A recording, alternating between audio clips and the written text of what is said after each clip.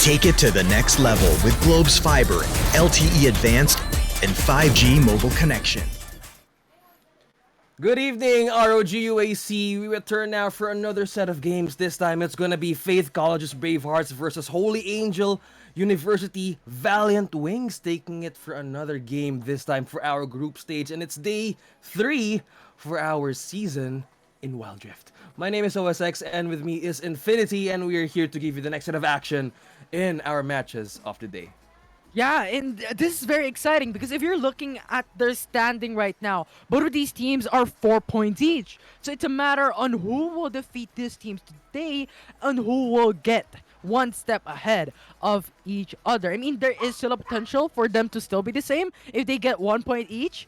But overall, I think if it is going to boil down to it, getting the 2-0, I think is going to be something that these two teams are looking into. They want to get it because that will give them the point lead and standing lead against each other. Oh, you're right with that, man. And as they try to take their standings in, there's a lot of damage being dealt. No, as we try to see the games in Wild Rift, it's all about taking the damage. Whether you haven't been killed or you haven't slain anyone, you need to get some points in. It's not about getting for some safety precautions and making the objective takes or your way of strategizing of taking some objectives. Maybe it's all about getting your damages in the other side of the opposing squad. It's all about being safe. It's all about taking that risk with a good counterplay with your squad.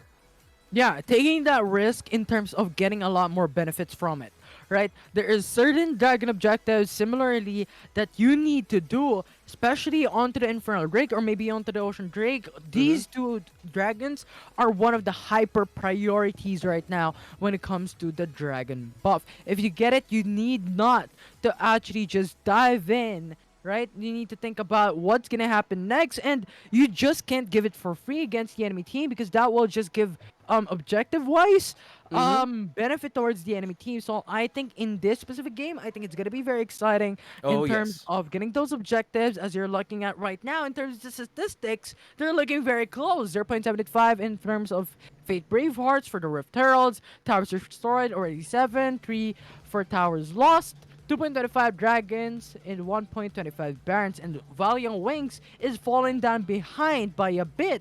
And I think objectives for this series are going to be very important from these two teams.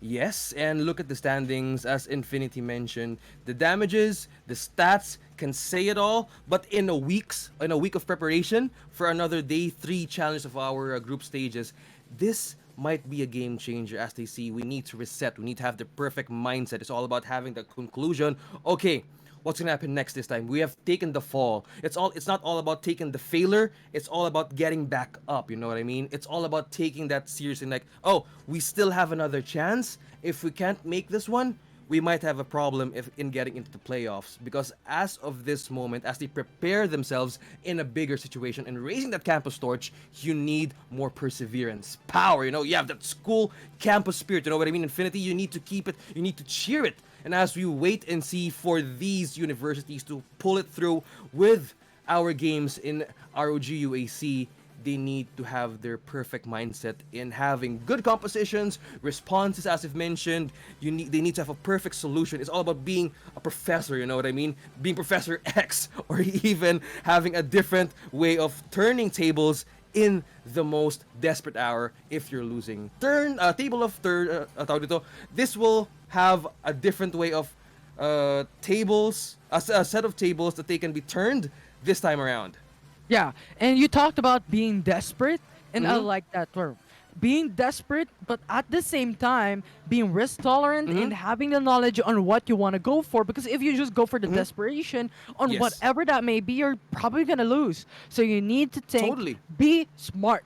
So basically, smart desperation. So I think that is something that we could expect from Fate Bravehearts and this HAU team for this series. It's going to be very exciting. It's going to be so hyped up. And I think it's going to be toe-to-toe.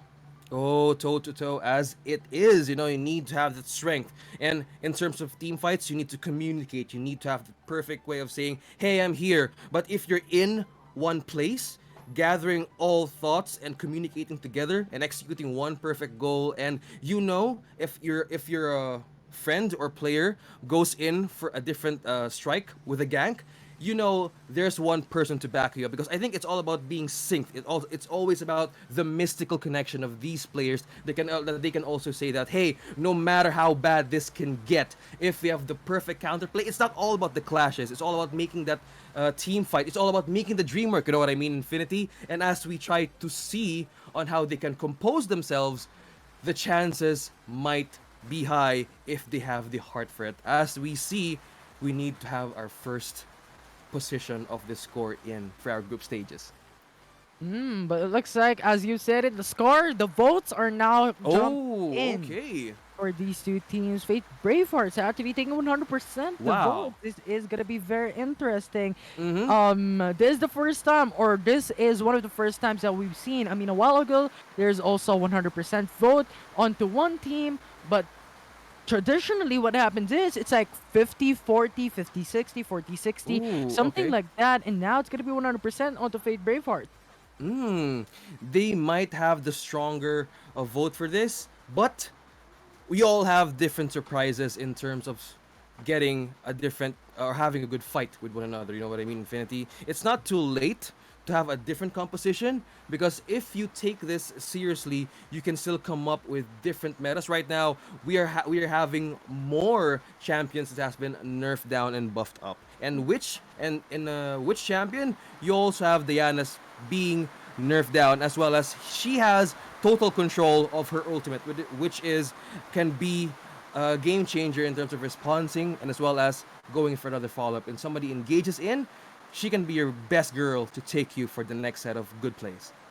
And you know what? We talked about a lot of champions, a lot of stuff Yes. prior to that one, but now it's gonna be into the draft, right? Camille, Oh yes. Yana, Gragas, a lot of flexible picks. Mm.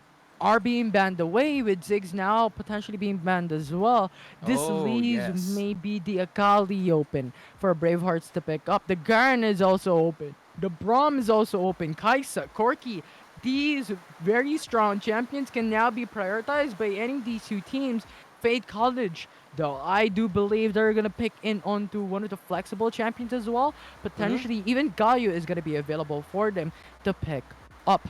Galio, we've seen in the past, very strong individual champion. Can go hero entrance in to the Mm-hmm. matchup, and after that, it's just too strong to handle. It's too difficult because it's zoning capabilities for one. And if it connects, the knockup is insane as well. So I think Galio could come up into this draft in this series. Oh, you need to have that perfect hero landing entrance. If this is the perfect setup, it might be coming from the mid lane or the top lane. It's all about that having that global set of psychology, or it's as you say, it's micro play that can happen in terms of in terms of getting Galio in the perfect set and in initiating a better way of dealing that counterplay. So you have Camille out. Maybe they don't want that stubborn jungler inside of the map, and as well as Gragas with the destroyer of sets. You need to get the drunken guy out of the map for sure, and Ziggs as well. And for the second ban of Valiant Wings. Mm-hmm. Definitely. I think Gragas is one of the most flexible champions right now. Maybe in addition to Galio, because Galio can play into a support role, Yes. can go into the mid lane, can go into Mm-hmm. the battle lane, it could go anywhere. Mm-hmm. So I think in addition to that one, Gragas is one of the most flexible picks right now. So banning it away will lead the enemy team to picking more of a focus onto a single role. And having that focus means that there is a lot more security onto the counter champions, onto the counter attack. What do you want to go for? What do you want to be in Oh terms of that yes. matchup? So I think that is what Valiant Wings wants to do here in this series. In this series, specifically in this game number one. Oh yes. It's all about getting your first pace.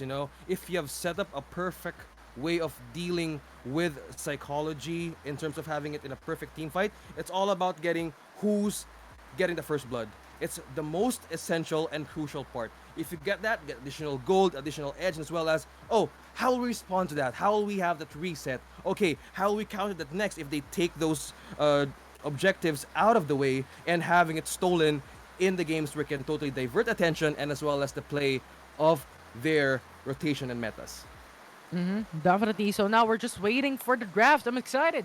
Let's get into the priority of Fate College's Bravehearts. What do you want to leave open for Valiant Wings? Because it's not much about, oh my god, I can't believe they left this champion up. Because there is a lot of counter picks. There is a lot Yes. of things that you can bring Yes, up onto absolutely. the table. So what do you want to leave open is a better question right now for Fate College's Bravehearts. Do you want to leave open the Braum and the Kaisa? Do you want to leave open the Corky? Do you want to leave open the um the Gallo to pick up Mm-hmm. another champion that could counterattack potentially against the enemy team and bring them down in terms of mid-game, late-game fights? What do you want as a draft composition? Do you want the diver Yes. composition? Do you Mm-hmm. want the all-in wombo combo? All these stuff needs to be considered because if you really just go all in, different type of strategies, it's gonna be so hectic and so confusing on what you really want to go for. Similarly, if you just go all in into a single type composition, it's not gonna work out that greatly. So you need to just go in for more of a balance. Maybe bring in, for example, an Ezra and Mm-hmm. maybe the Ziggs. Right after you pick it up, go for a single target CC champion Camille. Hypothetically, regardless of the bans right now. So I think that's gonna be very important to have some sort of a balance onto the AoE CC and the single target CC in addition to how the damage type actually works against the enemy team.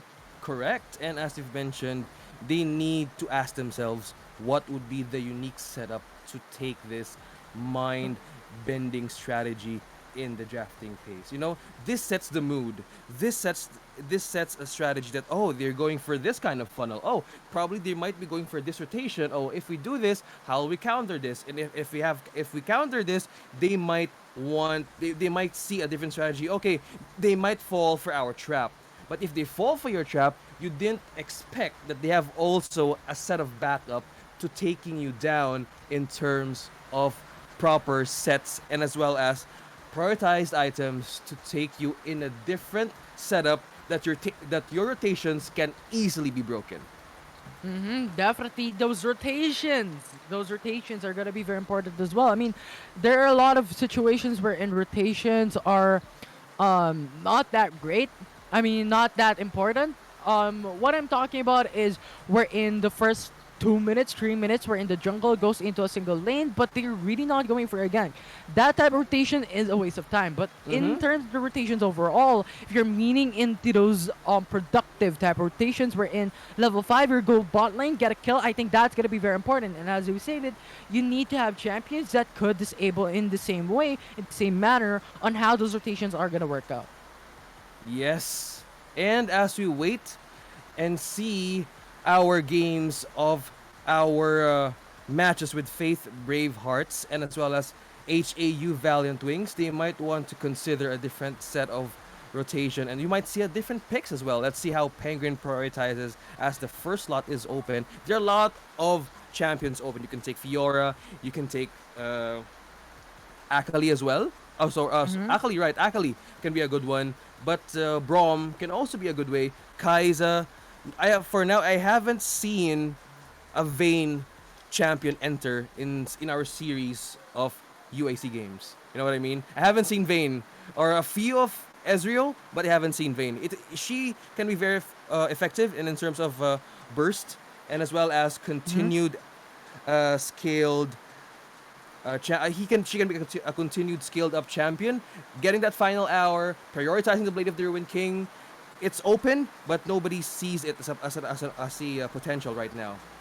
Indeed, and I love how you mentioned Vayne.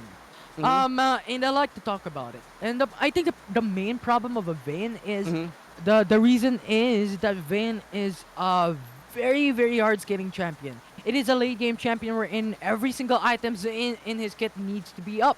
4 core items, 3 core items are gonna be needed for him to actually deal massive amounts of damage and deal against the enemy team. I mean, he's good under those tanky champions, but when you're talking about the overall Mm-hmm. of the game, overall of the draft, I think it's not that priority. So I do believe Ezreal, Saya, and Kaisa, I think you've Mm-hmm. mentioned it already, is gonna be one of the priorities right now. Yes. But you know what? The draft is already starting. Oh yes. As we have expected, Akali Penguin sees this opportunity. Oh, I'm gonna need this gal to take my execution to a different level. It's all about being blocked, in a and for a follow-up, prioritize pick Garen going back again for Valiant Wings, Infinity.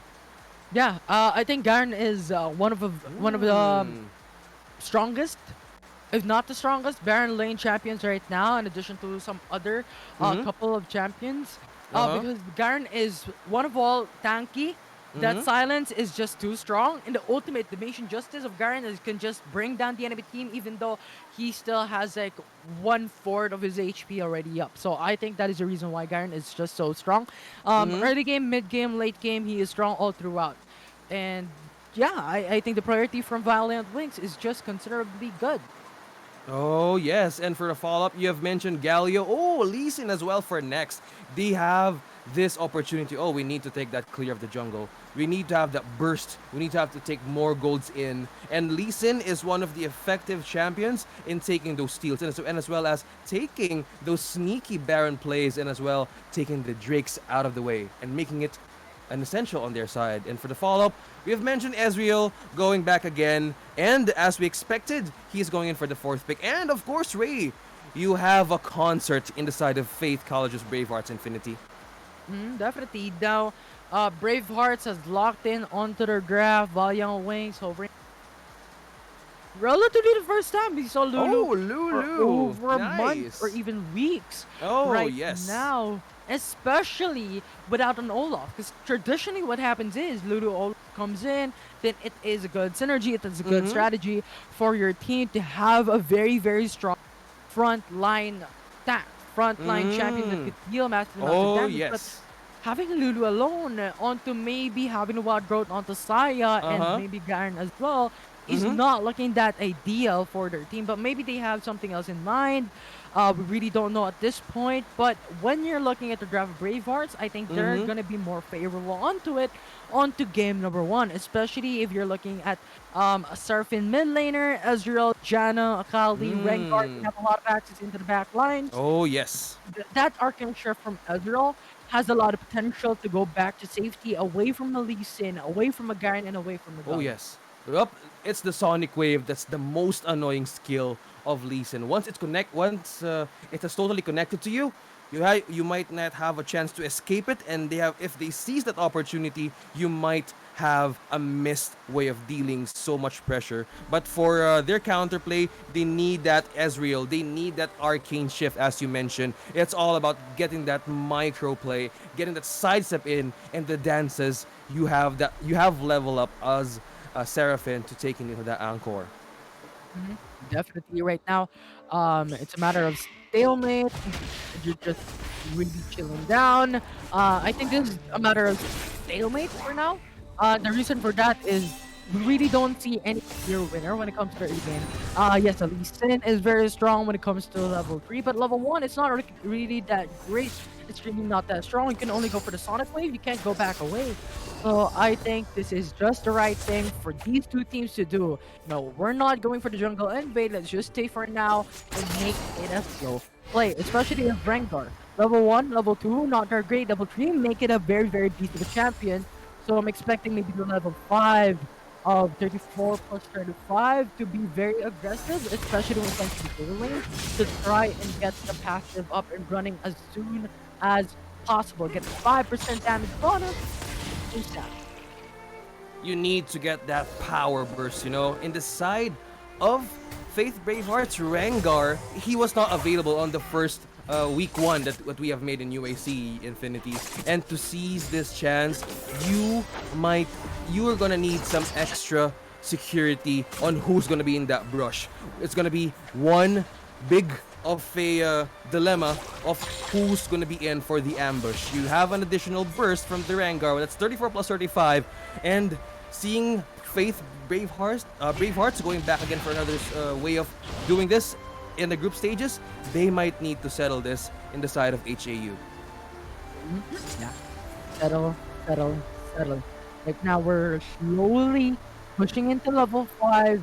Lee Sin. We need to look forward to that level 5 Lee Sin because If he comes level 5, Dragon Bridge is gonna be available. Seraphine is very squishy as a champion into the mid lane. Similarly, you have the dual lane, which is squishy as well. Anton Boy with Ezreal, Ray with a Janna, squishy champions all around. So Lee Sin can play in a lot of lanes and utilize that very well when it comes to the damage up. But top, Penguin. Oh yes, as Penguin takes that on low, he might get this for chance to reset and go back again in base. As we try to see this opportunity, he might want to take it slow with Garen, because if that silence connects you through one more hit of his ulti, you might get him for the first blood. But if you try to see this on a slower pace, it can be a steady way of dealing with this composition inside of HAU, you might get a chance of pulling this match up in your first core. 100%. So right now, Rengar into the bottom side of the map, slowly building into level 5. Now he's level 5. Thrill of the Hunt is going to be available, but you know what? Valiant wins. They're very sneaky. Went in for the recall, so 34 plus 35 not really being able to utilize this ultimate very much, overing into the bottom side of the map because of how Valiant Wings just went in for the reset at level 5 immediately. So I think right now they're just slowly pushing through. Lee Sin is now diving onto the jungle. They're considering how 34 plus 35 actually works. They're kinda weak. I think Rengar is weak at level 5 without any passive available. So I think Bravehearts needs to think of a way to get those passive up and running as soon as possible. While Valiant Wings needs to take a hit.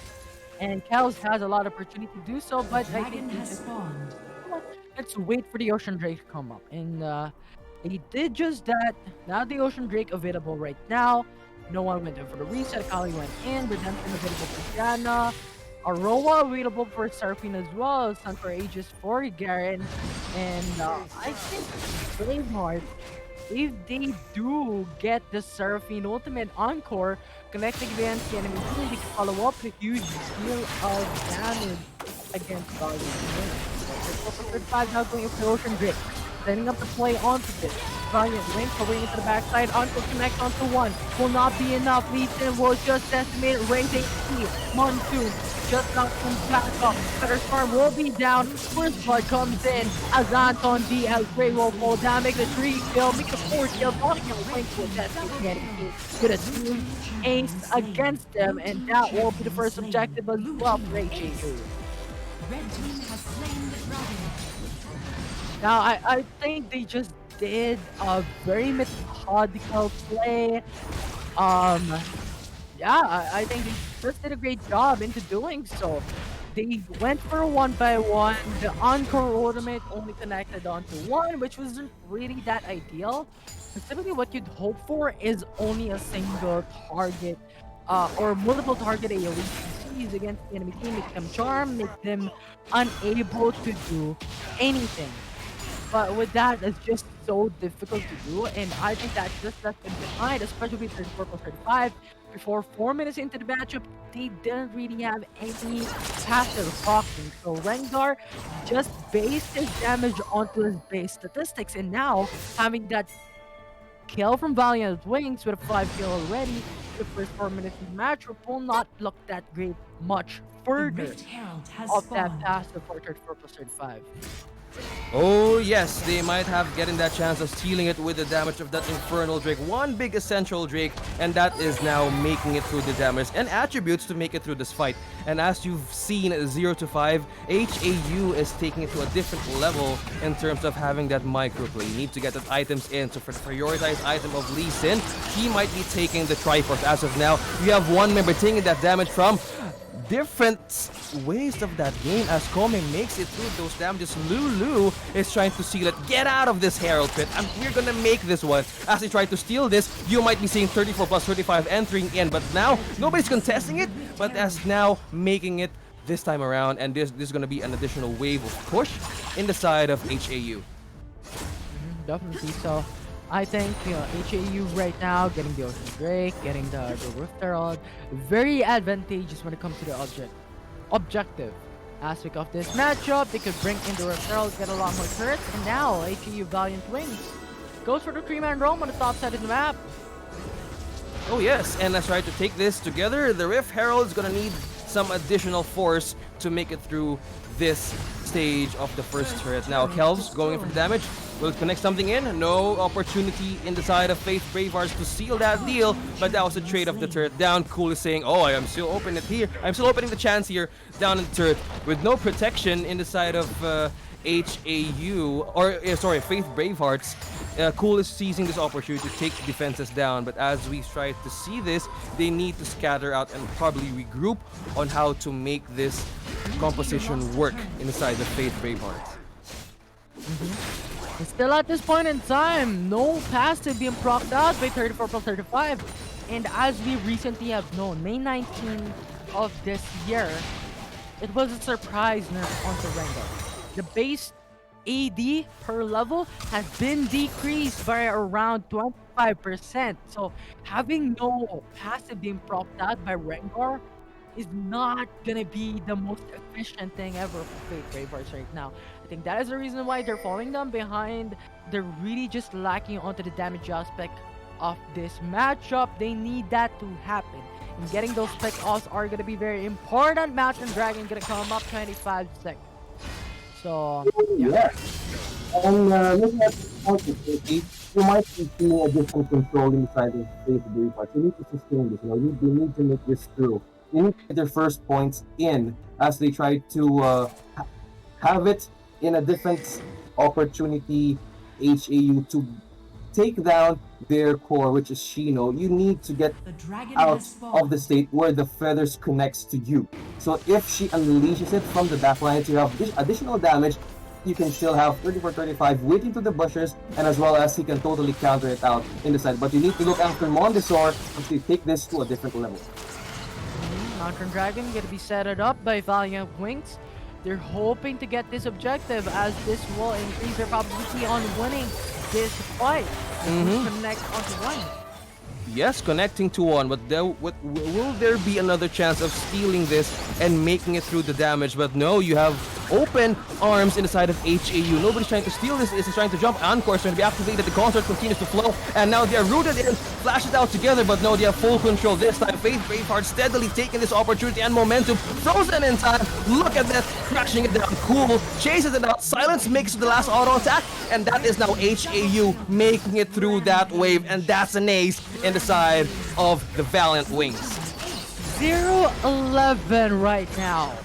What is going on? HAU is dominating each and every step of the way against Faith Bravehearts. They've gotten a lot more kills, and yes, Bravehearts has gotten the Mountain Dragon steal, but what was the cost of that? The cost of that was a lot more kills in favor of Valiant Wings. And the moment we have like 12 games lead already for Valiant Wings. And that is not just any number. 10 minutes into the game, that's massive gold. Yep. And 0-11 Infinity, they might want to change a different rotation as well as prior items this time. Clashing won't be the best opportunity to have this. On the next set of games, they need to have a steady set on having a disabling set in the side of HAU. And yeah, Valiant Wings Mm-hmm. skating onto Baron Nashor. It's good. One capability. Oh, will it take this opportunity? Oh, seeing it on the open. Oh, Mondesor takes the damage from the back. Oh, there goes the tornado. Will it connect something in? No, Cool says he's saying no. We have taken the objectives. They need to reset. That was all the next move in the side of HAU. They're trying to hold the position with no contest at all, and so far it's working effectively in the side of the Valiant Wings. But Faith Bravehearts, they need to seal a different way of taking this in a counterplay because CA still have control. You've mentioned the Arcane Shift and as well as Anton D being utilized as the ADC. He has totally good, it can totally come up with different footwork in terms of having more auto attacks in the back lines. Level Up, having his Encore in a perfect set. They have champions that can totally come out or come from outside from the backlines, in the brushes, in the ambush attacks, and as well as Janna to have them separated out in the monsoon. So they might see a different chance, but they need to take this now. Bravehearts is falling down behind by a lot. Only Manamune in 12 minutes in. Ezreal, Valiant haven't completed. Looking at a Kali, still haven't even completed the Andres at this point in time. Only one more item built up. Seraphine is the only champion for that Bravehearts. Has completed 2 core items, and that's not just any items alone. That's Morello and Roa, so that's not great either for stacking up damage. Morello gives you the capability of increasing the amount of heals that the enemy can provide, but overall, the damage aspect of Morello is not that great as well. So Valiant Wings is just dominating the damage aspect of this matchup. What's gonna happen next is dependent on what Valiant Wings will tell Bravehearts. Oh yes, as Pool takes the last turret and makes it to the entrance of the inhib section, Faith Bravehearts needs to hold this through. It's the hand of Baron to take more damages and as well as defenses down. Cool takes it for the silence, makes it for the ultimate. Will it connect more additional auto? No, he needs to reset. 34 plus 35 has been taking so much damage, and he might need to get some power to make it to a counter. There's the Encore following up, sees the opportunity. There goes the feathers, collecting together, connecting it through the damage back in again. Oh, the ultimate knockup goes in. Will he have this opportunity? Oh, he's big. Wild Growth makes it to the safety, but he is golden, reviving enough for the GA. Will it make it through safety or punching it through? No, that's Skeleton saying, hey, I'm alive. Before it takes on the wave out, will it connect it? No, having this chance. They're trying to break it through. Minions take the base, and we will control this fight from HAU. Now the next is gonna be open. Right through. Matter of the base raise, and that will be it. That will be, the first score of Valiant Wings. Holy Angel University has taken this opportunity to get their 1-0 infinity, and that was a 0 to 14 against Faith Bravehearts. What was that? That was amazing, because if you've looked at the standing at the moment, 0-14 kill standing. We haven't seen a 0 kill standing I think for ages right now. Yes. And I think this is relatively the first time that we're seeing once again. And Valiant Wings is the header of that one. They just did a great job when it comes to the first objective. I think the dragon was a mistake from Bravehearts. Even before then, you have an ace coming in from Valiant Wings up against Bravehearts. I think they were forcing in too much. If you're looking at 34 plus 35, he wasn't really able to stack his passive. So 5% damage increase from any of these champions wasn't really procced out. So having a nerf onto Rengar, having no passive being procced out, having a Seraphine in your team, there's no damage output that they can deal against Valiant Wings, especially having Cole onto the Garen, Montesor on Galio. It's just too much to handle. And even then, you also have Lulu. Oh yes, you know the advantage of having the wild growth. If you connected with a GA plus the wild growth, it's like taking, hey, I'm a giant, hey, I also have second life. And if you want to take me down, I still have another way of responding it from my squad. Because if they have taken a priority of taking down the jungler, they might seize an opportunity of maybe taking their core. But if they want to have it sealed, they need to take the jungler out. It has more momentum in taking that additional buffed up champion in terms of being the shield. And if you want them being a sword, you need to have a perfect backline attack, and you need to have also micropay to blend it in. But again, guys, that is 1-0 in the side of HAU versus Faith Bravehearts. We're going in for the second game, but it's of course made possible by our partners and sponsors in the UAC Season 2. So thank you so much, Globe Telecom, our official telco sponsor, ASUS ROG Phone 5, and of course Logitech G, Riot Games, and Twitch Student, our platform partner. And of course, to start you with a different game and a perfect way of having a different way of keep playing with the hashtag keep playing. Shout out to our partners at Logitech G. If you're looking to supercharge your gaming setup and you can keep playing, check out Logitech's amazing gear at logitech.acadarena.com or type !notify Logitech G in the chat to get that $175 discount for a minimum purchase of $17.50 on any Logitech G products. Yes, all right, now we're jumping into the draft. I'm so excited. We have a Gragas ban. Potentially Yes. ban for Bravehearts. I'm excited to see, are they going to ban a champion from what HAU have picked up a while ago from from game number 1, or similarly is HAU gonna be banning out some of the champions that Bravehearts have picked in game number 1, or is it gonna be a different story? And Oh I think yes. it's gonna be a different story as Gragas and Diana being as a ban of HAU. Oh, for the first priority ban of Faith Bravehearts, Camille not going through our games. I haven't seen the plays of them utilizing Camille. So if they do this one more time, it could be an additional way of having it with the counters of Lee Sin. But for the first prior bans, you have taken Gragas and Diana out, so they have seen what happened in the previous game, so they want to have another set of champion picks that they can have it on a different chemistry. And for the side of Faith Bravehearts, Ziggs being the second prio ban, so maybe that works for them, and they don't need that additional satchel charge and the hex bombs flowing out in the open, and in terms of stealing some objectives and as well as escape for the squad members. Definitely, and now Zay's gonna be banned. Similar, Mhm. exactly the same actually. Yes. Exactly the same bans from game number 1. I think they're respecting these champions right now. I mean, it's understandable. I mean, Ziggs can go into the backside, just throwing out bombs, having a great time, chilling. Yes. And then Camille is a good initiator onto the single targeted CCs. Hex Mhm. motivated is just too much. I believe. Diana, Gragas, very flexible in terms of disengaging, engaging against the. Pretty much, I think these bans right now very understandable, very strong individual champion tournament power picks to say the least. Yes. So now it depends on what's gonna happen in terms of the pickings right Oh, yes. now in the draft.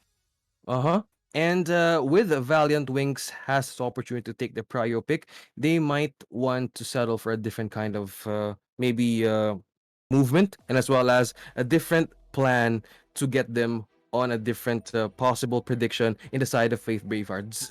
Faith Bravehearts. They know their weaknesses and strengths. So if they put it through a test that they can have it on a level probability of having a different set of champions to counter Valiant Wings through, this might be their chance of playing their minds or having a different strategy for a different mind games rather. Wine gaming, what the hell? And they might want to see this opportunity to have them on a leveled battle. We're just waiting for the picks. So I'm Mhm. so excited.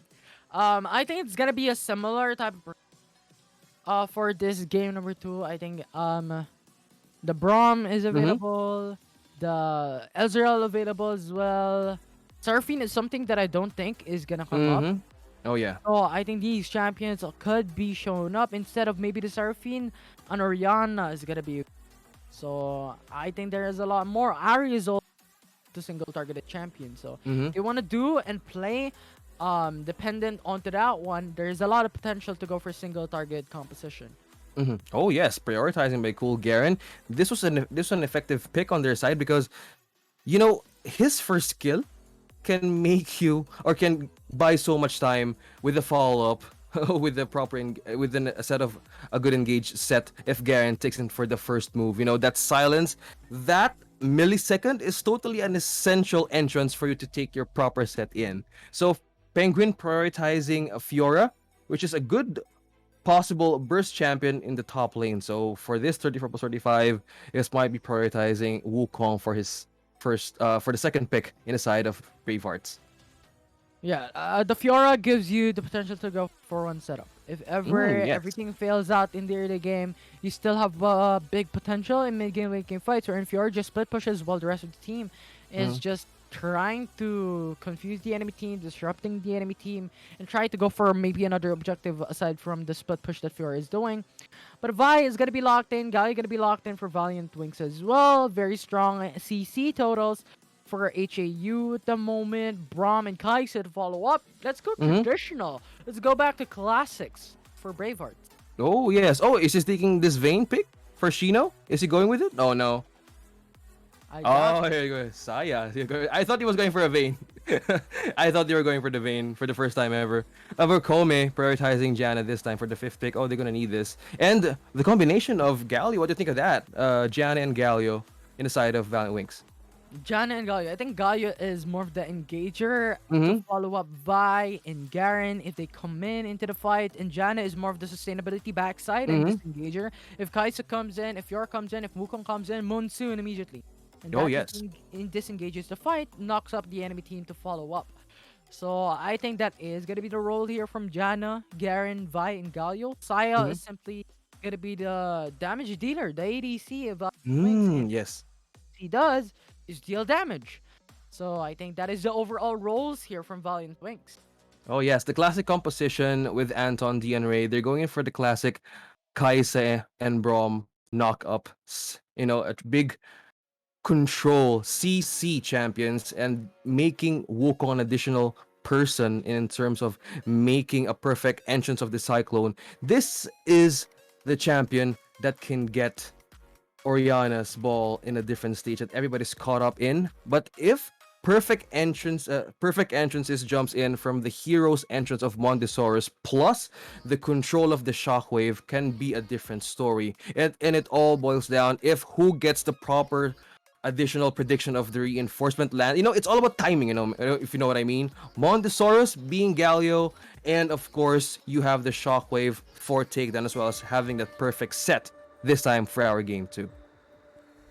Yes, so we're now jumping into the Rift. Is Valiant Wings taking game number 1 a while ago against Bravehearts? Now the question would be, is if Bravehearts can make it even, make it a 1-1? It's up to them for today. But now let's talk about the graph 5v5 overall when it comes to the team fight. I think Bravehearts have a lot of potential. Wukong to set up a play, Ray to set up a play as well, and even level up to go for the shockwave. Yes. And if they do it successfully, I think that will be pretty massive for them. But I think Valiant Wings overall has the better advantage when it comes to the 5v5. Because Dub can just go entirely on he disables the amount of damage that Bravehearts can produce. You have Cool to go for the silence, or to maybe 34 for 35, or even Ray even level up.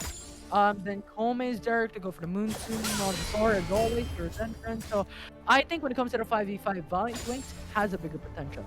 Yes, they want to seal this. They have set the first momentum with the first score, so it's all about making your mind in the state that we need to hold this score because Faith Bravehearts can still manage to put through another way of dealing next set of opportunities, but Penguin and Cool is just trying to exchange them autos up top, and as they try to take this, weaknesses or weak points might show as an advantage for Fiora because as Garen as it is, if he prioritizes Black Cleaver, he can totally have some additional attributes of making his ult in a wild setting because if he farms through those minions and as well as ganks for the follow-ups of Vi, he can be a total or he can be an essential champion in taking the team fights higher in the side of Faith Bravehearts. But don't get me wrong, 34 plus 35 with a combination of Braum holding it together, you can still have a good entrance for Anton D to release that Icathan Rain. And don't get me wrong with his thick skin, and as he gets in for the scaling, you need to look after that for another counter item. Yeah, I just want to put a quick note on Penguin rune. These runes has been dying. And I think that enables Fiora to deal very aggressive plays against Kua. In the same way Code is the same way onto Fiora. Because Grass been dying every 4 seconds, every hit that you make, it regenerates like 2% of your HP or 4%, as far as I remember. And that's actually pretty good. And that enables Penguin to just jump in, make it aggressive, because you can just go after. So I just want to put a quick point onto that one. We may need a surprise later on. They're just jumping under the third, they're not dying. I think one of the reasons for that is going to be the rune. Yup, it's all about that item and prioritize of the runes. As you've mentioned, they might have a different items to be used, maybe again, an AD item or a mage item to utilize, but as Faith Bravehearts trying to hold the lanes, they might also need to prioritize some items in this set of stage of the game. As this is the early game, we are now just seeing prio items. We need to get a sword, and as well as probably this Galio would be a Rod of Ages prio item for Galio, as he needs that extra power to make it through that magic damage, and as well as taking for the ulti. Oh, with a riposte! Oh, Penguin mostly has already deflected that. That was too close. Yeah, just a little bit of a segue though. I just want to give a huge shout out and a huge congratulations on to Tokyo and Penguin, whom are currently in their graduation ceremony. Wow. You guys, hope for more action for Loud Ref, and besides, a huge shout out to their coach as well. Yes, because in AcadArena, hashtag it's not just play and you make it through different kinds of multitasking, you know. You need that extra reset, and in terms of having it in a recreational state, you need to play a game. Oh, it's starting to have with the knockup, we'll connect it through. Oh, that is now released, feathers in. Oh, the knockback goes in, but you're not gonna touch my ADC this time. We're going in for the safe play, but no, Valiant has taken that opportunity. No, let's take it slowly. Oh, let's get him in the dragon. This time in the pit. All of them completed to 4, but you have these squads up and ready to take this. We'll go for the steal, but Kelvs is still around, but they might need to get that extra power tap on that smite. Oh, entrance is going in. Kelvs right in for the last. Oh, low on HP, but will make through the safety. No, the hero's entrance totally did not connect, but that is still one follow-up connection to take for another follow-up reinforcement. That was one double kill taken for a 3-1 as of that taking of the dragon. This is what we've seen a while ago. Yeah. Valiant first dragon objective.